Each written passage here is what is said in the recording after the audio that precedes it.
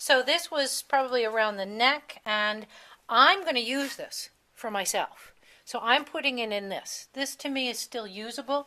If I find pieces, which we will, that I think are unusable even for myself, I'm going to drop them on the floor. So then I don't even want to see them. Right. So you figure this just maybe takes a little bit extra work. That's all, right? A little bit extra work. And as you can see, the other thing is with a spinner or somebody who's buying fiber, usually what they're looking for is a fleece that's consistent. So they're going to want the same type of curl and crimp and length here as they do in the middle, as they do on the end, as they do here. If you were sending this out to be commercially spun, which I would hate to see because I love the curls and I like to leave them, but if you were, you'd want to have everything even and everything equal. A lot of this fiber isn't. You can see this is probably neck. It's fuzzier. You can see how the lock is not as specific. There's a decent piece in here. But, you know, I think I can use this. So again, I'm going to start skirting this, and I'm going to skirt it heavily, which means I'm going to take everything that I think is either too dirty or that I think the lock structure and the fiber are different.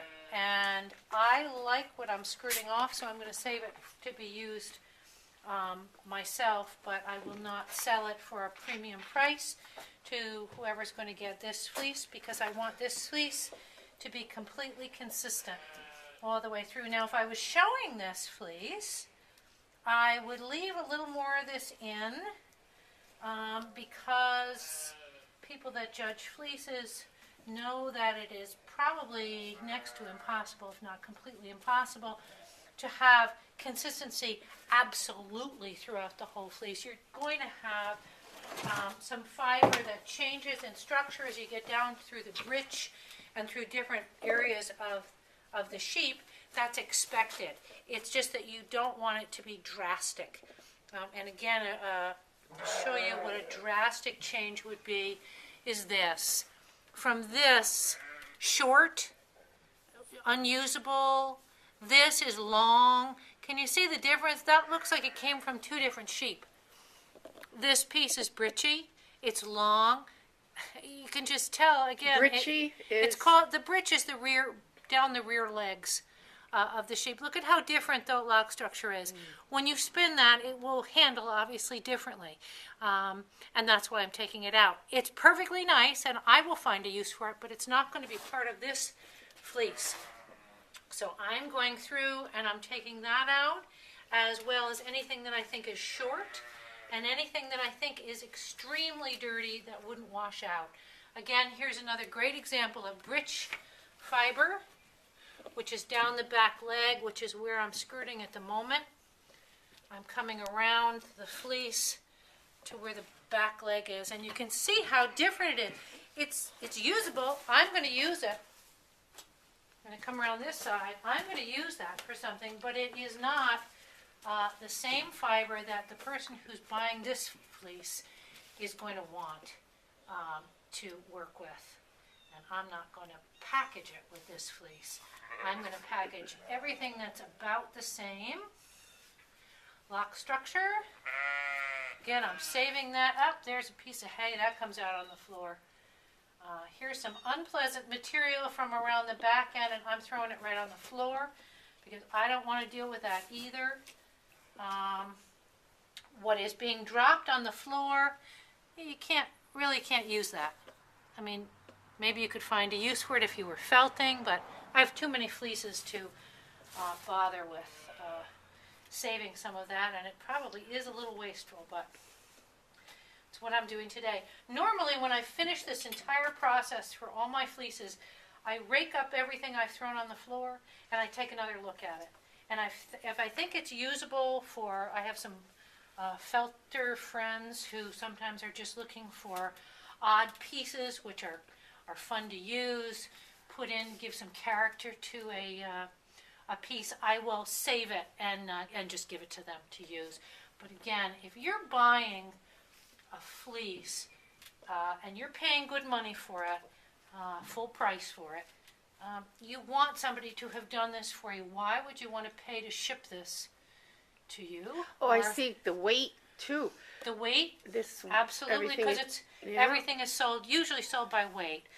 So when the you- weight in purchasing and shipping would be more. Exactly. Yeah. Ooh, and I'm losing some of my nice fiber. Woo! It's going through the hole. Pulling that back up because boy, that is nice fiber. There's also a piece on the floor. So I think I'm just about done with my first go round here. Again, I've got, usually it's around the leg, down the back leg, which is called the britch. Anything that's on the leg itself is usually not usable for most breeds. Sometimes up around the head, the ears get the fiber changes. The characteristics of the fiber change, and if you're looking for a perfect fleece and you're paying good money for it, you want somebody to have done this. So there it is, pretty well skirted. Now I'll go through it again. If I'm selling it, I'm getting my bag ready. If I'm selling it, I'm going to go through it one more time with my hands to make sure that I don't find a lot of vegetable matter. Now see, I found a piece there. Actually, look at that. Now, see, I've gone through and skirted this once, and look at this, hiding in there. Hello. That's actually going right on the floor. And, you know, obviously, we're all human, and you may get a little bit of something in there that maybe if I'd had superhuman vision, I could get out. For the most part, that's pretty perfect. Now, to roll it up, usually when you'll see a fleece, if you go to a fleece shop, your fleeces are rolled. And what happens is you've taken this lovely fleece that you've skirted, and you're going to roll it. So you're going to take part of it and flip it up. I'm going to take the back end here and flip it up. And as I do that, I'm also going to look on the underside of this fleece, which has been on the table, to make sure there isn't something I missed like that. Here are a couple of pieces I've missed. That looks okay. That looks questionable. That is britchy. Okay, now I'm going to take the entire fleece and flip it one more time. Roll it. Now this is what was down on the table. This is the cut side of the fleece. And you can see how pretty it looks. It's all white. It's the fiber that was next to the animal's skin, other than that, which slipped in there by accident. This is what you see when you open your bag, when you go to a fleece show. Frequently, this is what your fleece looks like.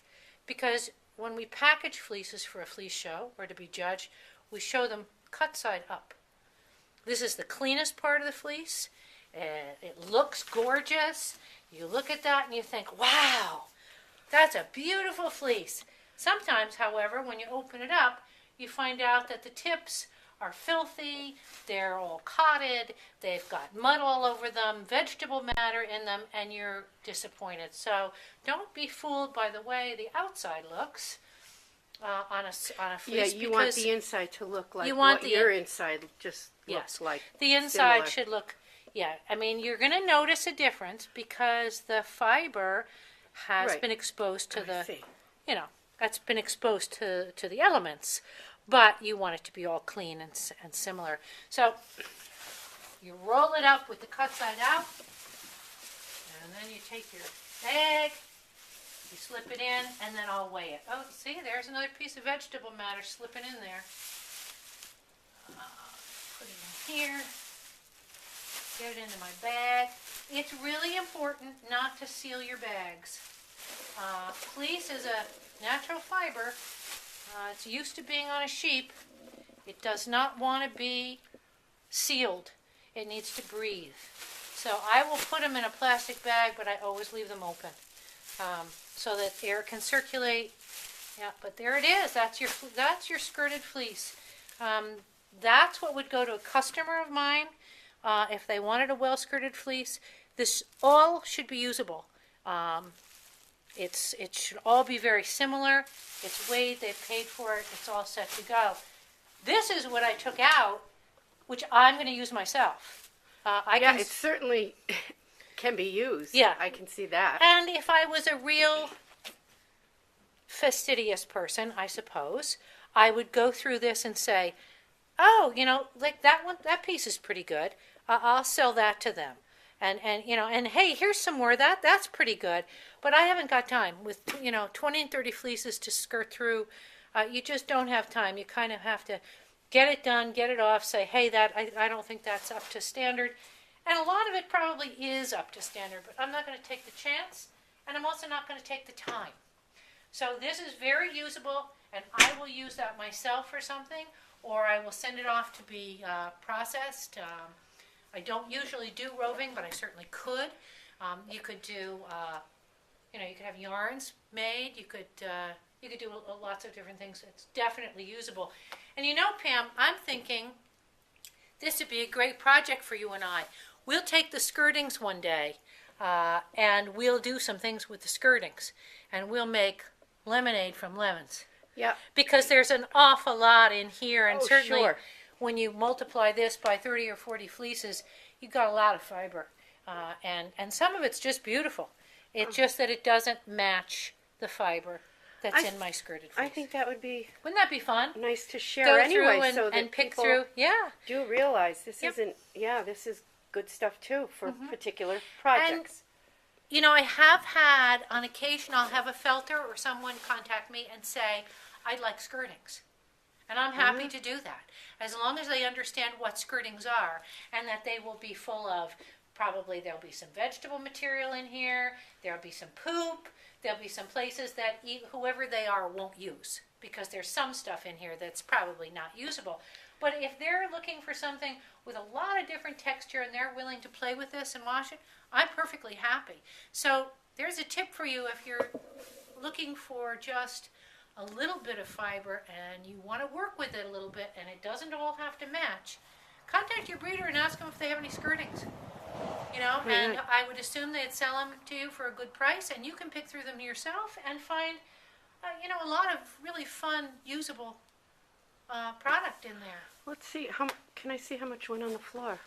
Yeah. Oh, okay. Well, not too much, Okay, actually. no. But what I will remind you is when we shear, my shearer and I usually grab right off the ground the really disgusting parts. Throw it because away. they're so disgusting, and those do get thrown out. I don't save that for myself even. It's just too much to pick through. And actually, if you'd like to see that, let me show you. So here I am on my skirting floor, literally. This is some of the material that we pulled right off the sheep.